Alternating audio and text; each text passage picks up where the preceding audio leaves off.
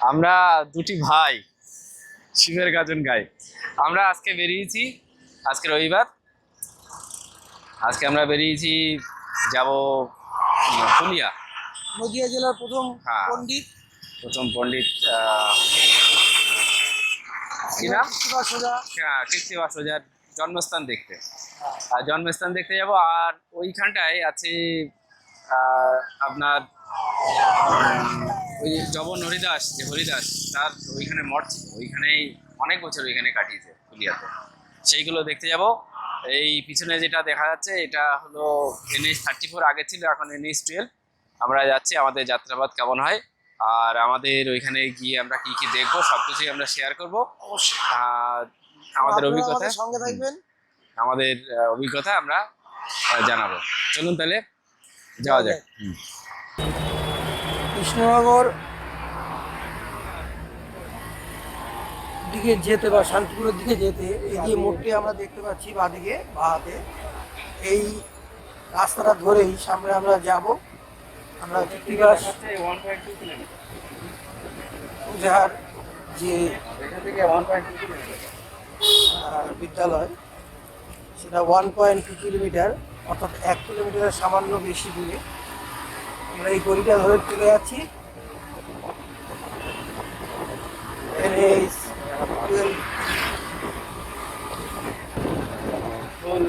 ফুলের চাষ, সেই জন্য এই জায়গাটা।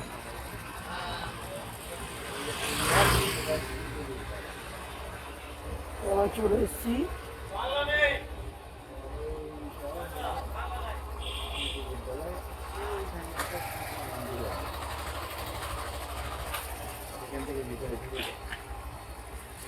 ফুলিয়া কৃত্তিবাস স্মৃতি বিদ্যালয় উচ্চ মাধ্যমিক পেজ বিল্ডিং।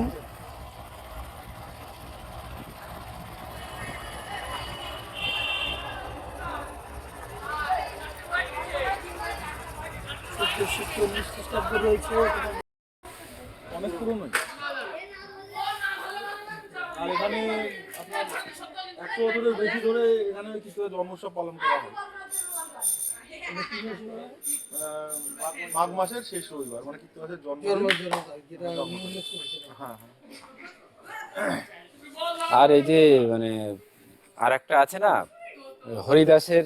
হরিদাস ওখানে আছেন, মানে পাশেই একটা মন্দির আছে, ওই মন্দিরে হরিদাস যেখানে বসে ইয়ে করতেন, নাম জপ করতেন, সেই জায়গাটা আছে। হরিদাসের একটা স্ট্যাচু আছে ওখানে। আর গঙ্গা কি এই দিকটাই? গঙ্গা, হ্যাঁ, গঙ্গা এখান থেকে গেলে কিছুটা। আচ্ছা ঠিক আছে, তাহলে চলেন ওইদিকে যাওয়া যাক। তবে লাইব্রেরির টাইম বলে এখনো হয়নি। আজকে কি খুলবে রবিবারে? রবিবার খুলবে না? রবিবারে করে, বুধবারে বন্ধ থাকে। ফার্স্ট রবিবার আর আমাদের তো মানে নদিয়া জেলার একজনই মহাকবি, সেটা হচ্ছে কৃত্তিবাস ওঝা। তার সম্পর্কে আমরা অনেকেই জানি না। এরকম একটা ঘটনা। মানে এইগুলো, এই যে স্মৃতিস্তম্ভ, এগুলো কবে তৈরি করা? 100 বছর। 100 বছর। 100 বছরের একটু বেশি। মানে এরকম ছিল না। আশুতোষ মুখার্জি এসে এগুলো ইয়ে করেছিল। মানে আজ কলকাতা বিশ্ববিদ্যালয়ে যে উপাচার্য। ও, সে আশুতোষেরই ওই বাঙালি প্রীতিটা প্রকৃতপক্ষে আমরা দেখতে পাচ্ছি। শ্যামাপ্রসাদ মুখোপাধ্যায় তার ছেলে। হ্যাঁ, আশুতোষ মুখোপাধ্যায়। সেই ধারাটা কিছুটা রেখেছে। আর শ্যামাপ্রসাদ মুখোপাধ্যায় জনসংঘের। স্বাধীনতার আগে তৈরি, ওই আপনার ওইখানে ওই যে প্লেটটা দেখতে পাচ্ছেন না, ওই প্লেটটা আছে মেমোরিয়াল 1919 সালে। হ্যাঁ। তখন তো ব্রিটিশ সালে সমস্ত হ্যাঁ, ব্রিটিশরা তো মুহূর্তটা বুঝতে পেরেছিল, একটা মহাকবি একটুখানি বিষয় না। যাবতীয় তথ্য ওখানে লাইব্রেরিতে আপনি তো জান, ওই সব যাবতীয় অরিজিনাল যে রামায়ণটা কৃত্তিবাস লিখেছিলেন সেটার কপি আছে। পাণ্ডুলিপি আছে। মানে অরিজিনালটা নেই, তো ওটা অরিজিনালটা ফ্রান্সে আছে। তাম্রপাতা যেগুলো লিখতো, তাল পাতা, যে পুঁথি, চাল কথা, হ্যাঁ। ওই পুঁথিটাতে জার্মানিতে, এই ফ্রান্সে আছে। ফ্রান্সে ও। রিসার্চের জন্য নিয়ে চলে গেছে, এখানে তার রেপ্লিকা আছে। রেপ্লিকা আছে। আপনি যাবতীয় তথ্য ওইখানে গেলে, যে লাইব্রেরিয়ান আছে ওনার কাছে গেলে যাবতীয় তথ্য পেয়ে যাবেন। তাহলে লাইব্রেরি তো 12:30টার আগে খুলবে না মনে হচ্ছে। এমনি সরকারি লাইব্রেরি 11:30 হলো টাইম, 12:30 থেকে 7:30 টাইম।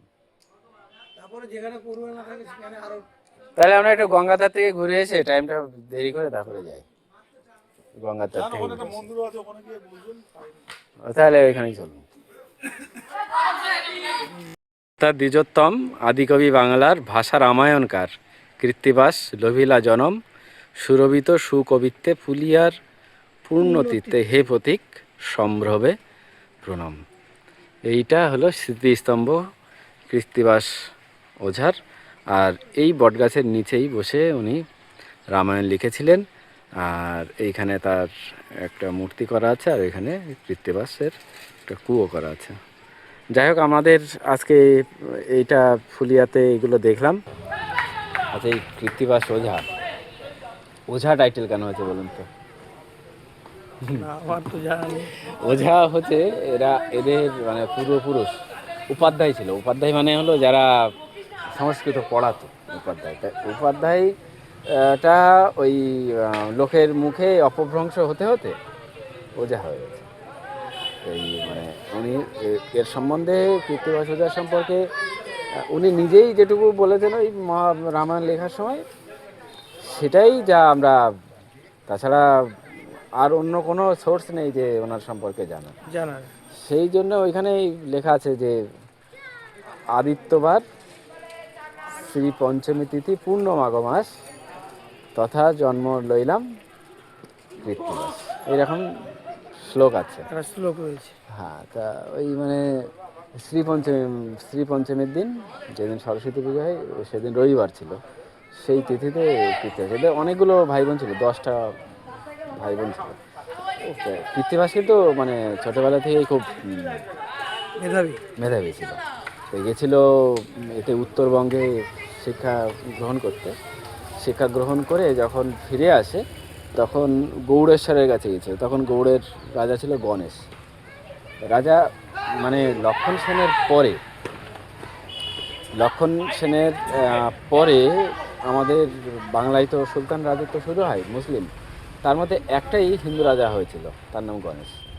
সেই গণেশের কাছে তো রাজের দরবারে ঢুকতে পারিনি, তখন রাজার কাছে কিছু লিখে পাঠায়, মানে শ্লোক লিখে পাঠায়। রাজা সেটা দেখে তার সন্তুষ্ট হয়, অভিভূত হয়। হলে তখন বলে যে তাহলে সভাকবির মর্যাদা দিয়ে তাকে এখানে পাঠিয়ে বলে যে তুমি এই যে রামায়ণ সেটা তো সংস্কৃত, সেটার বঙ্গানুবাদ করো। সেই বঙ্গানুবাদের দায়িত্ব ওই রাজা দেয়, রাজা গণেশ কৃত্তিবাস ওঝাকে দেয়। তারপরে ওই যে রামায়ণের সংস্কৃত বাল্মীকি রামায়ণের বঙ্গানুবাদ করে। কিন্তু কৃত্তিবাস সে সময় যে বঙ্গানুবাদ করেছিল তার মধ্যে পুরোপুরি হুবহু বঙ্গানুবাদ করেনি। তিনি তার অনেক কিছু নতুন কিছু ঢুকিয়েছিল, যেমন দুর্গাপূজার কথা, যে অকাল বোধন। আমরা জানি যে দুর্গাপূজা মনে হয় রামচন্দ্র অকাল বোধন করেছিল, তার জন্য। তা কিন্তু না, মূল যে সংস্কৃত রামায়ণ সেখানে অকাল বোধনের কথা নেই। সংস্কৃত রামায়ণে অকাল বোধনের কথা নেই। তারপরে এই মহিরাবণের কথা নেই, তরুণী সেনের কথা নেই, এরকম বেশ 5-7টা জিনিস নেই। এবং রামায়ণ পড়লে মনে হয় যেন যে বাংলারই সব এলাকা, বাংলারই রাম, শ্রীরাম যেন বাংলারই একজন, এরকম মনে হয়। মানে এইরকমভাবেই অনুবাদ করেছিল, যাতে বাঙালিদের ঘরে ঘরে এইটা সব থেকে বেশি জনপ্রিয়তা।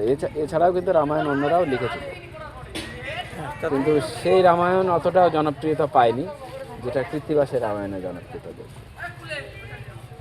আচ্ছা, তো দেখলাম, হ্যাঁ, ঘুরে ঘুরে একটু দেখি। এখানে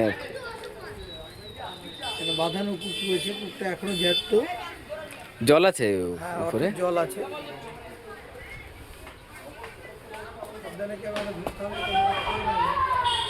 হ্যাঁ, তাই তো। সিমেন্টের দিয়ে চারিদিকে গাথা, ও পুরনো। কত সালে লেখা আছে? 1320 সাল, মানে বাংলা 1320 সাল, 130-10 বছর হয়ে গেছে। আর এইখানে কৃত্তিবাসের মহাপণ্ডিত মহাকবি তো বটেই।